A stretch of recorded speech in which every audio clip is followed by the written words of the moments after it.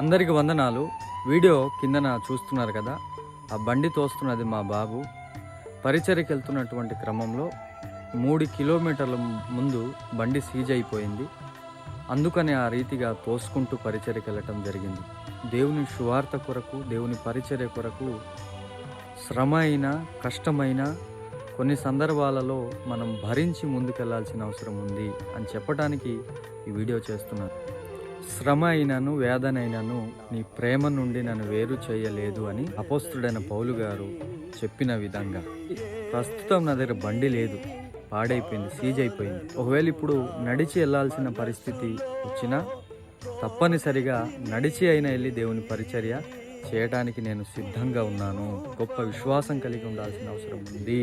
ఈరోజు దేవుని కొరకు నువ్వు త్యాగం చేయడానికి సిద్ధంగా ఉన్నావా? దేవుని కొరకు కష్టపడడానికి నువ్వు సిద్ధంగా ఉన్నావా?